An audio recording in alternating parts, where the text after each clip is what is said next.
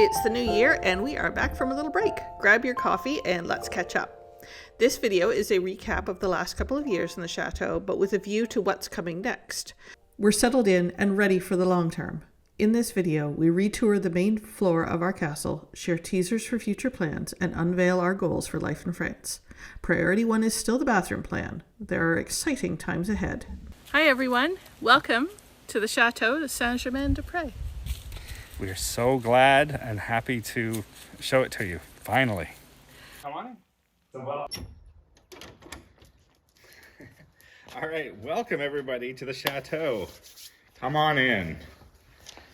We decided that, given that it's 2024, new year, we would take you on a tour of the Chateau because we haven't done this in a very long time and a lot has changed since we did this initially.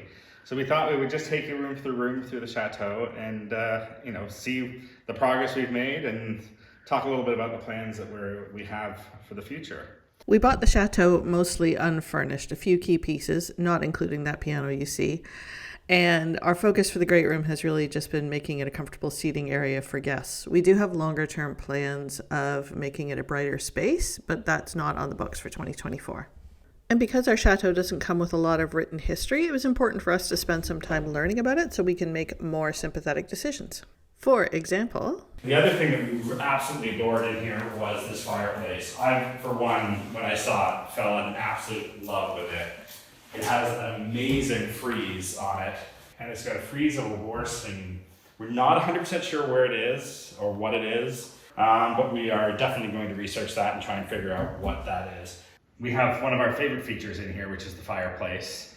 You guys have probably seen this in the back, and if anybody tuned into our fireplace channel for Christmas, thank you very much. You will have seen some of that. Yeah. It's got an amazing frieze, which we have discovered is actually the same frieze or a reproduction of the tomb of Francois Premier, or Francois I, which is in Saint-Denis. We've loved getting to know this space with family and friends for Christmas and New Year's, or hosting our first couple of exhibitions with new friends in town, which promises to be an annual tradition. So here's a layout of the chateau, which will make available to members because, we quietly launched memberships over Christmas to our newsletter subscribers. So we'll move from the grand entrance over to the kitchen and then through the cafe, which we're now calling the conservatory, thanks to our live on December 26th, and the dining room. Welcome to the kitchen, everyone. Yeah, so this obviously is where all the action happens as far as cooking for us, and when we have chefs coming for the retreats and that sort of thing, we utilize this. Fortunately, it's a really nice big space. When we first came in, we felt the yellow was a little overpowering, but I think we've kind of come to like it. We haven't made a lot of changes to the kitchen yet because obviously kitchens are a big project. We did have an epic range replacement mid-retreat, but that's in another vlog. I know a lot of you would like us to do a classic American style kitchen and just rip everything out and go white. That's not really our thing. We're probably going to be inspired by something like Monet's home in Giverny with the blue and yellow. A few people have commented that our kitchen puts them in mind of that. So I think that's going to be our inspo going forward. But again, not a 2024 plan. There are several problems that we are going to need to solve at the kitchen, but one of them, which we almost vlogged for you, was the fact that there is a drop ceiling in here, and we had bought a big chandelier to put up in there, but the drop ceiling and the basically chicken wire that was holding up the chandelier isn't sufficient to the task. So we are very open to your comments to how we get in there and explore that drop ceiling without doing too much damage, and then how we fix it afterwards. All right, so moving from the kitchen, we come into the conservatory. That's right. That's what we're calling it now, thanks to the Q&A on Boxing Day. Boxing Day, yeah. Yeah, we're going to go with conservatory until we change our minds again. So we won't spend much time here because we obviously spent several months here trying to get this room done. And we're still almost there. We still have a little bit of trim to do. We're still sourcing the products. We did take some time off over Christmas. So we still have a few little details to do here, but we're really happy with how this room turned out. The more that we live in it, the more that we enjoy it. The wallpaper is awesome and it just feels so nice in here. Coming out of the conservatory into the dining room. Yeah, welcome to the formal dining room. This is obviously where we have all of our meals for the fine guests that come for the retreats. This was the other big room change in 2023. It started at the end of 2022. It was all faded wallpaper and curtains that dissolved on washing when we moved in, but that didn't stop us having some lovely Christmas celebrations with some friends who then started helping us tear the room apart. I think this was Boxing Day. And then new friends helped us put it together in a bright palette that will also work for expositions with a neutral background. And that's been great fun for this year's retreats. And then, of course, there was the addition of the chandelier, and who can forget the cocktail cupboard. The only thing left to finish off this year is the curtains. I'd really like to do some luxurious curtains in multiple layers, but that's going to need about 100 meters of material. So sourcing for that is ongoing, and in the meantime, I might just put swags up on there, which was a great suggestion from one of our guests.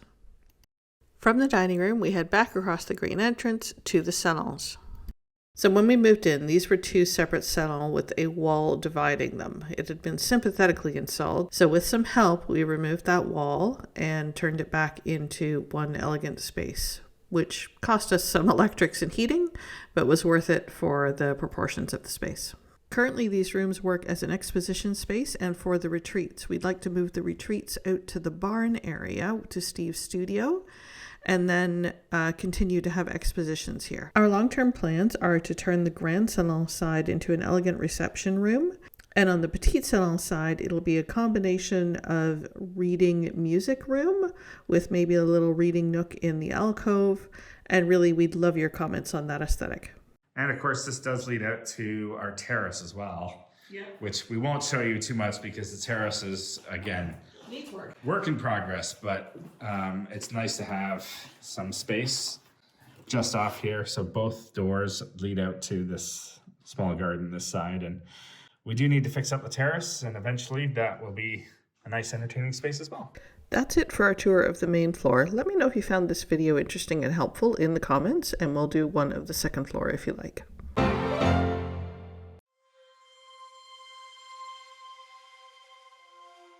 We have come back to Bourdeilles because the last time we were here for the Christmas market, it was, let's say, raining.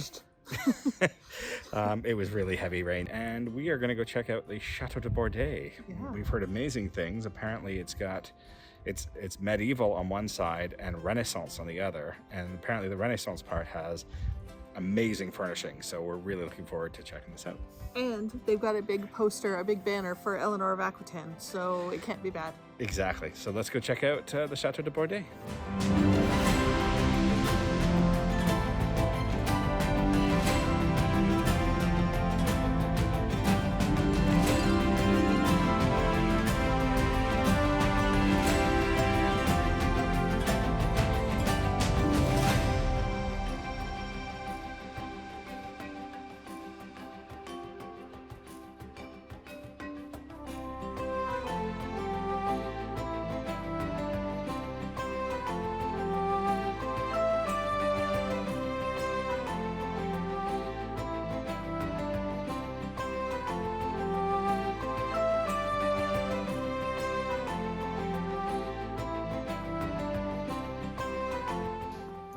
Stephen will now demonstrate the Cornol.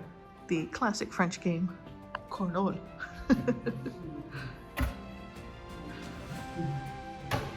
Oh. Got one.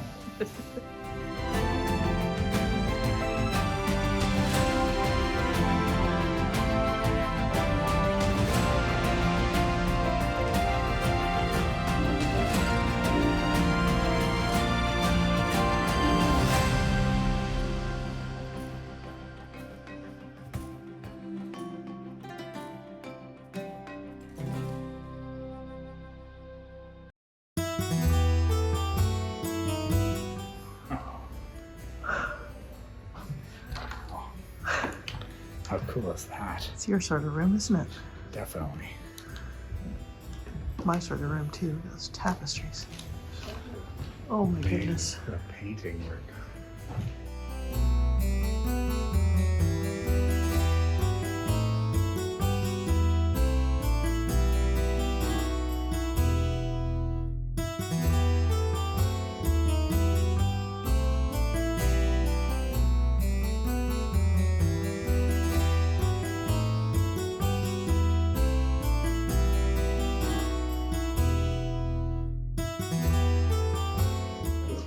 might be a little bit difficult to see, but that is a portrait of Jérôme Savonarola, or later known to us as Savonarola, who ironically was big into destroying literature and works of art and the Bonfire of the Vanities, the whole 9 yards. That's him. So to have him portrayed in a room that is so ornately decorated is, Yeah, I believe we call that irony. Yeah, Yes. no kidding.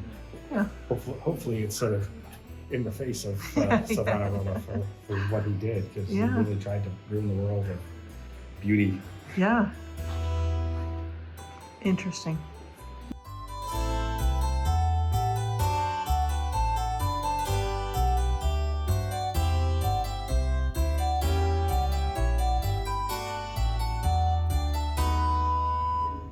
Can't really overstate how big this sword is. I mean, seriously, I'm a big guy. That's a big sword. Yeah, wow, I can't imagine trying to swing that. It's going to leave a mark for sure. Indeed. Yeah.